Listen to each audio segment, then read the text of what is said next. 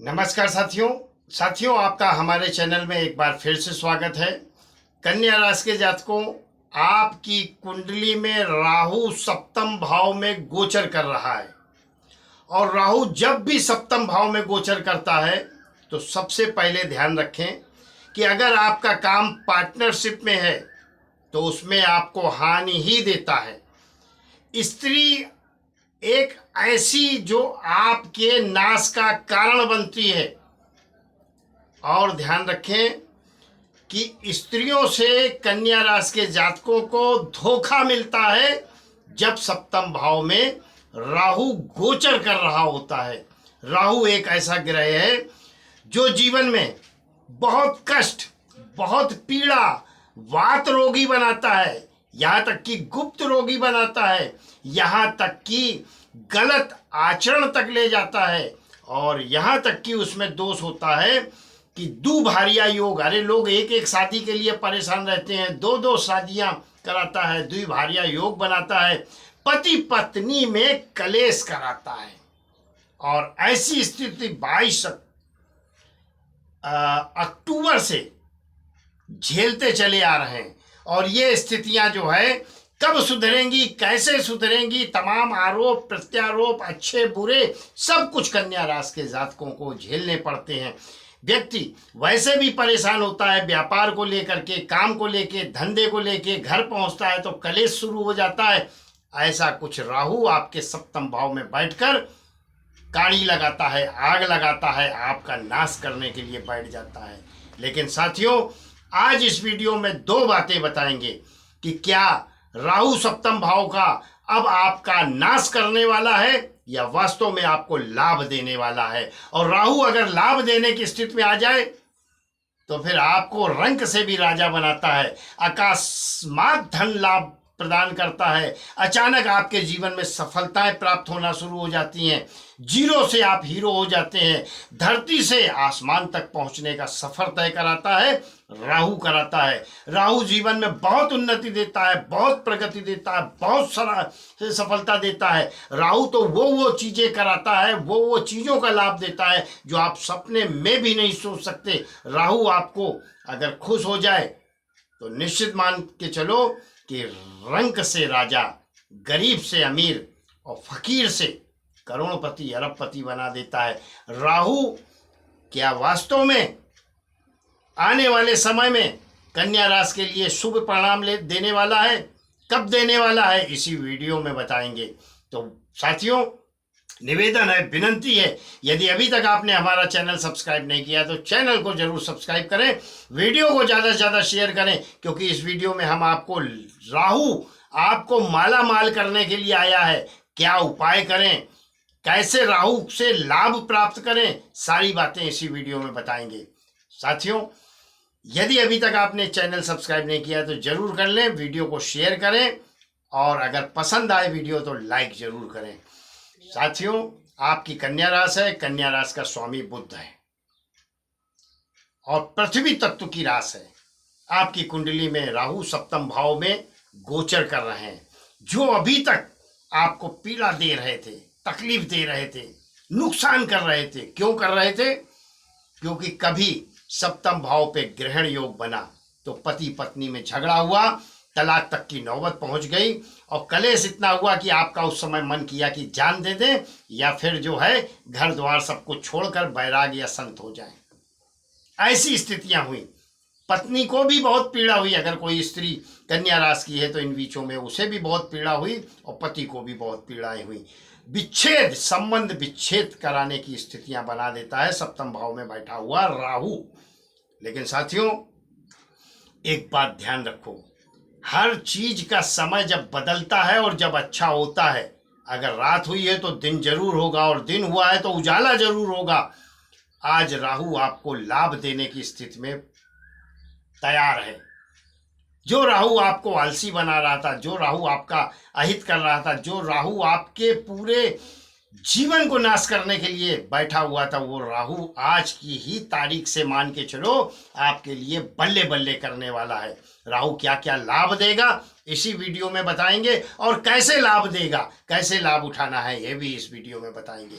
साथियों, राहु जब भी प्रसन्न होता है और जब भी शुभ प्रभाव में आता है तो राहु बहुत लाभ देता है, करोड़पति बनाता है, अरबपति बनाता है, धनवान बनाता है और अचानक आपके जीवन में खुशियां बिखेर देता है। राहु अब आपकी कुंडली में सप्तम भाव में बैठे हैं। अभी तक जो नुकसान दे रहे थे अब लाभ की स्थिति में आके बैठ गए। क्यों? क्योंकि राहु मीन राशि में शुभ फल देते हैं। पहली बात नोट कर लो, कहीं पर भी मीन राशि में राहु शुभ फल देते हैं और सप्तम भाव में राहु बैठे हो तो आप निश्चित मानकर चलें कि सप्तम राहु में बैठे हुए की दृष्टि, जो सातवें भाव में राहु बैठता है उसकी दृष्टि कहा जाती है पांचवें 11वें भाव पे, और पांचवी दृष्टि जब 11वें भाव पे, चूंकि अब राहु अकेले पड़ गए हैं और अगर राहु सप्तम भाव में अकेला बैठा है और पांचवी दृष्टि से आपके आय भाव को देख रहा है, गुरु भी आपका नवम भाव में पहुंच चुका है। अब बल्ले बल्ले ये अब राहु आपको प्रबल फायदा देने वाला है, लाभ देने वाला है, राजयोग देने वाला है। कैसे बताते हैं। अब राहु सप्तम भाव में मीन राशि में बैठा है तो मीन राशि में बैठा राहु लाभ ही देता है। पहली चीज, सप्तम भाव में बैठा है तो जितने भी दोष लगे थे वो सारे दोष दूर होंगे। पति पत्नी में झगड़ा चल रहा था, समाप्त होगा, सुलह होगी, समझौता होगा। पार्टनर जो आपका नुकसान कर रहे थे, एक तो पार्टनरशिप में कन्या राशि के बिजनेस ना करें, अगर कर रहे हैं तो अब लाभ की स्थितियां जरूर उनके लिए बनेंगी। दूसरी बात, उन्नति होगी आपकी, क्योंकि 11वें भाव पे सप्तम भाव से पांचवी दृष्टि से 11वें भाव आपके लाभ भाव को, आय भाव को देख रहा है। विवाह के योग बनाएगा, नववधु के योग बनाएगा, पुत्र और धन दोनों की उन्नति होगी, यानी पुत्र लाभ भी होगा। संतान जिनके नहीं हो रही उनके संतान के योग होंगे और आर्थिक स्थिति जिनकी टूट चुकी थी उनको भी लाभ देगा, विजय श्री दिलाएगा।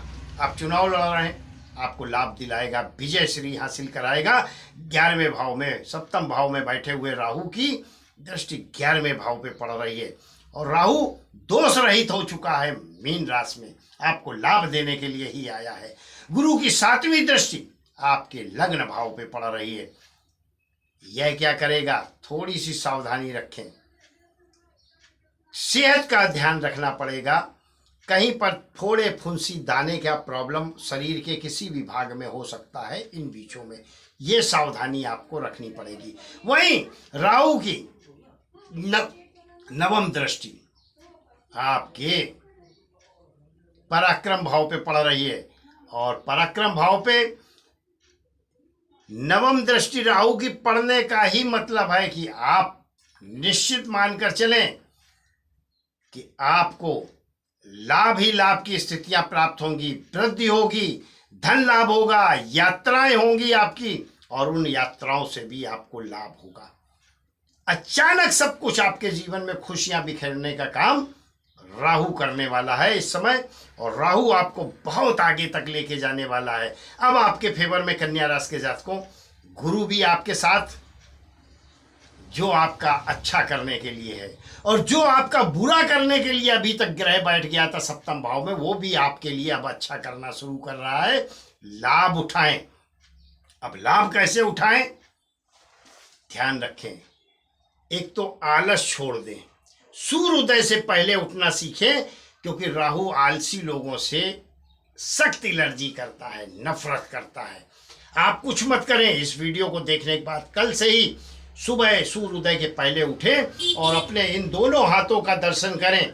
मंत्र आता है तो बोले, कराग्रे वस्ते लक्ष्मी, कर मध्य सरस्वती, कर मूले गोविंद तू प्रभात कर दर्शनम, और 3 बार ऐसे मंत्र बोल के आपको अपने चेहरे पे हाथ फेरना है, सिर पे हाथ फेरना है। उसके बाद आप कोई भी कार्य करें, पूरा दिन आपका इस वीडियो को देखने के बाद कल से शुरू करें, कल से लाभ आपको मिलना शुरू हो जाएगा। पहला आलस छोड़ना पड़ेगा।